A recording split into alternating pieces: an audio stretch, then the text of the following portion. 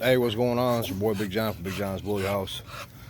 Out here with all the bulls today. Got them all out running around and everything, playing in the yard. I figured take this opportunity to answer some more questions that we had on YouTube and everything. Had quite a few people ask me, why I got out of the pit bulls and the game dogs, and got into the American bullies. The reason I did is, man, it's I've touched on this topic a few times, and I had several different reasons why I left the pit bulls and the game dogs and got into the American bullies. One being, I always wanted, stay down, Gotti. I always wanted a pit bull with a bigger head, bigger bone, bigger body. Hey, Gotti, no, we ain't doing that, bro. Bigger body, all that things, man. I know the original pit bull and the original game dog, 45, 55 pounds. I always liked the bigger style of dogs. Not so much in height, but just body-wise. The temperament with the game dog, a game dog and a pit bull, a lot of people get the misconception that they're all killers. They're not killers, man. They're not bad dogs. They have a little more drive to them than the American bully does. If you train any dog right, man, the dog will be a good dog. For me, I like the American bully's temperament just a little more than the game dogs and the pit bulls, simply because they're more of a laid-back breed. Now, again, you can take a dog and you can bring out the drive in any dog. I don't care what dog it is and what breed it is. You can bring the drive out in a dog. I like my style of American bully, and that's why I breed the style of American bully that I do. And it's nothing against XLs. I love XL dogs, man. Years ago, I had an XL female. She was heavy gray line bred. Her name was Remy. She was 28 inches at the withers and 125, almost, 125 pounds, almost 130 pounds by the time I sold her. It was actually my wife's favorite dog. Even as big as she is, and my wife really doesn't care for the dogs. But even as big as Remy was a big baby. Every time I'd let Remy out, she would go straight to the back door. We used to live at my wife's father's house for a little bit. And every time I let her out, she'd go straight to the back door and sit there and walk inside the back door. And it was hilarious, man. If the back door was open, she'd walk in and sit in the kitchen. She would not leave the kitchen until my wife opened up a pack of hot dogs and walked outside with her. This was routine every time I let her out. She'd go straight to the kitchen if the back door was open, or she'd sit and scratch and bark at the back door until my wife opened the back door and gave her hot dogs. And it's nothing against standard American bullies. I love all dogs. It doesn't matter. Capone, hey, we ain't doing that. I love all sizes of the American bully. I love all looks of the American bully. I just prefer the style that I have to breed. Now that's not me saying I hate everybody else's dogs. That's not the case. I breed what I like, and what I have. That's what I breed, man. There's no science behind it. There's no particular reason to, I guess, why. I'm more attracted and brought into the style of dog that I have. It catches my attention more, I guess. And I got a lot of people that, well, these ain't game dogs and these ain't pit bulls. You're absolutely 100% right. And at no time, hey, Gotti, no.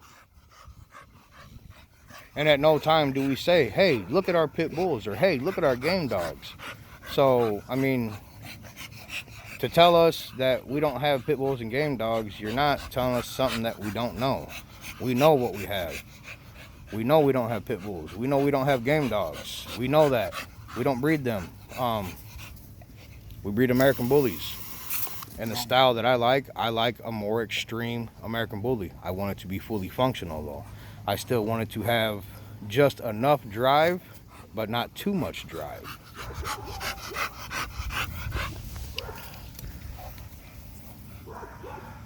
Savage, great example. Gotti. And as you guys can see, I still have to get on Gotti because Gotti is trying to establish dominance. Hey! No.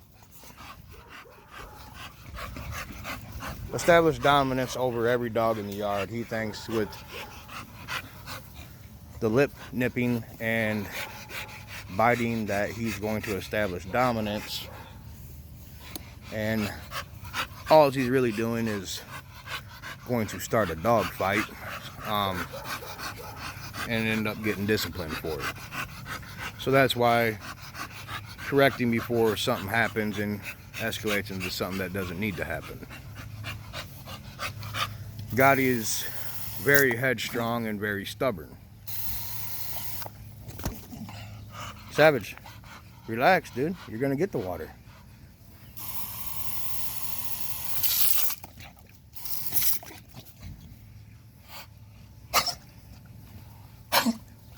Relax.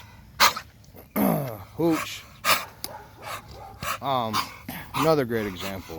Even as big as my boy is, he still runs, jumps, plays, moves. He goes coon hunting. I know this last season I didn't take him and everything, but I think this season we'll go ahead and pull the old man out with the son and show you guys for a boy that's gonna be 8 years old here this month, can still move and still do what he was trained to do and what is expected of him. As for, look at you now, man, you already bit your tongue, getting overexcited. As for how we pick our puppies, man, over the years I learned of different ways to look at puppies and judge them and make our picks and our choices. A lot of times you'll get puppies that are the same size and overall look, but they are not the same size and overall weight. And you're probably wondering, you know, or thinking to yourself, that doesn't make any sense.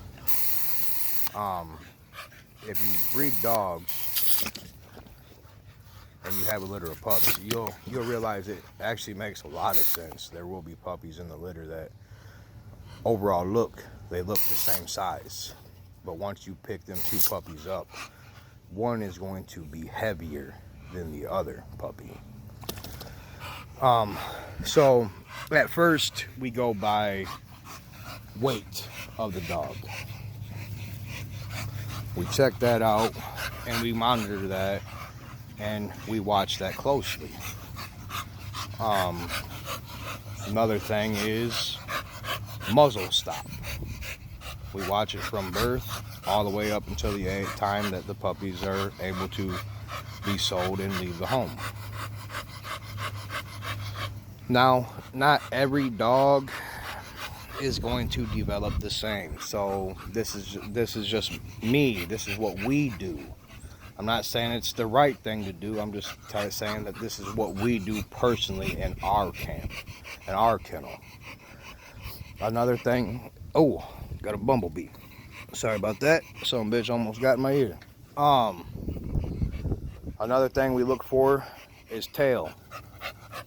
You'll see puppies with longer tails, thinner tails, and you'll see puppies that we like to call pump handle tails. Very thick, very wide.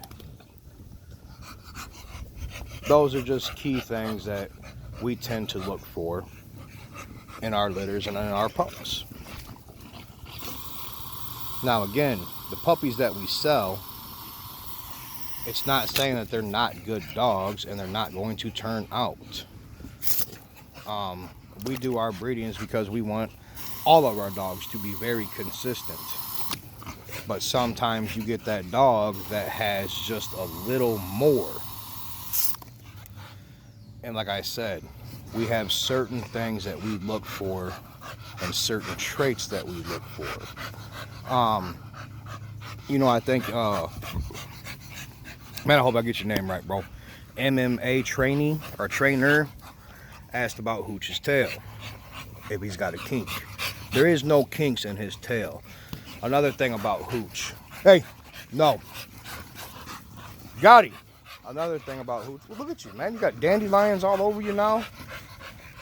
You look like using a bag of fucking Cheetos.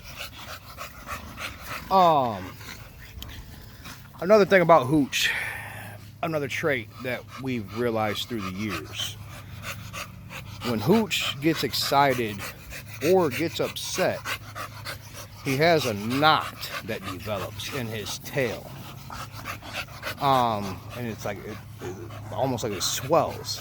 And I've noticed that with a lot of his productions, a lot of his grandkids, a lot of his great grandkids. Savage even has it in his tail. And again, it's not kinked, it's not bent, it's none of that. You know, and that's another thing. Now, I know if you look at Hooch and then you look at his two-time son, Savage, the body style is very different. But a lot of the characteristics, excuse me, are the same. Savage is a more leaner style of Hooch. And I know there's a lot of people asking when we're going to breed Savage. As of right now, there is nothing planned for Savage. Hooch, you're going to back up, bro. You're getting way too close to this water. Hey, get out that way a little bit, bro. And that's another thing, man. Savage would be, all the dogs are a tool. First and foremost, you son of a bitch. All the dogs are a tool one way or another. Hooch is a tool because he is so strong with his genetics and it's passed down to his offsprings. Savage, his genetics and his genes and his traits are the same. Now, with Savage not being as extreme as Hooch, Savage has produced very extreme offspring.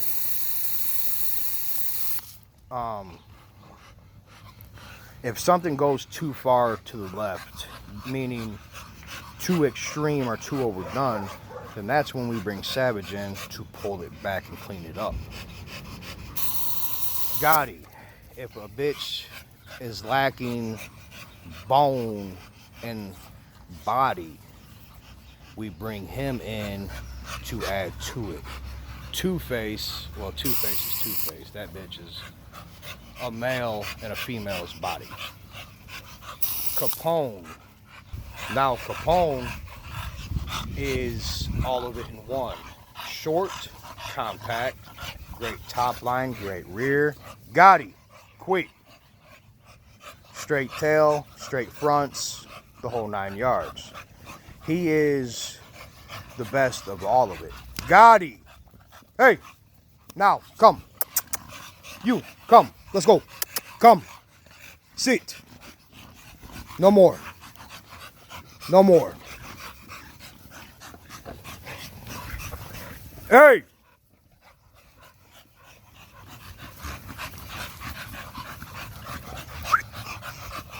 No more. And again, Gotti is my big boy, my big monster. He's the one that is the most extreme dog in the yard now. It used to be Hooch, but now, with all great things, you know, there's got to be somebody to step up, hey, and takes the plate. You know, takes their place and everything. Went ahead and put Gotti up. go ahead and let him know we ain't dealing with that shit today. Especially since I got a camera in one hand and a water hose in another. He's like a child. He realizes he can get away, or if I turn my back, he can turn around and do something while I'm not looking. So go ahead and put him up until I get this video finished up, and I'll go ahead and pull him right back out and go ahead and let him know we ain't doing that shit, and stay on him and keep correcting him. Now, the reason I didn't pause the video to correct him is I wanted to show you guys correcting a dog, and how I do it, and the signs to look for, man. A lot of things to look for is posture, body language. A lot of dogs, hair stand up, tail goes straight up, body stiffens up. Gotti is a silent attacker, if you will. He won't show any type of body language. He'll just come up and start being an asshole, out of left field. Dogs can be playing over one part of the yard, and he comes flying from the next part of the yard, and it's on and it's over. He wants to start being an asshole and a bully. Hey, go ahead and stand up. There you go, big boy. Get out there.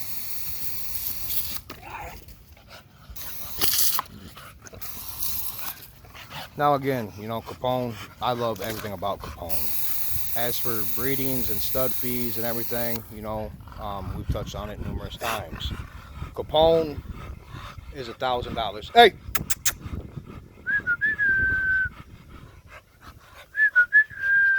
Capone is $1,000. Savage is $1,500. Gotti is $1,000. Chico is $1,500. Now, Chico's already had a litter. You guys have seen what he's been able to produce. I've been getting pictures and everything from clients, so going to be updating or uploading them in thumbnails and everything, let you guys see pictures of the pups and how they're turning out. As for the next breedings that we have planned, I know we've got everybody asking when our next litter's coming, what we're doing. I want to repeat the breeding between Gotti and Two-Face. And my partner is still on the fence of if he's going to breed Remy again, and if so, who he's going to breed Remy to. But I figured go ahead and touch on some things. Here in the future, I'm going to show you guys, you know, the training with dogs and how I do the dogs, you know, when it comes to coon hunting season and all that. And hopefully to help you out, and hopefully to answer some questions once I start doing that. And we're going to start interacting more and doing things differently over here. You know, we're just going to show people that these dogs can do more than what people think they actually can, or what they're actually good for.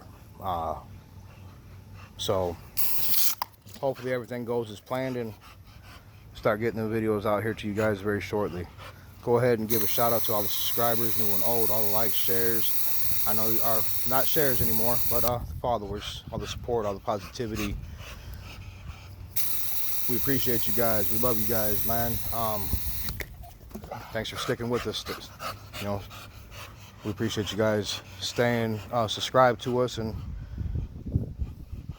sending us all the love that you guys do.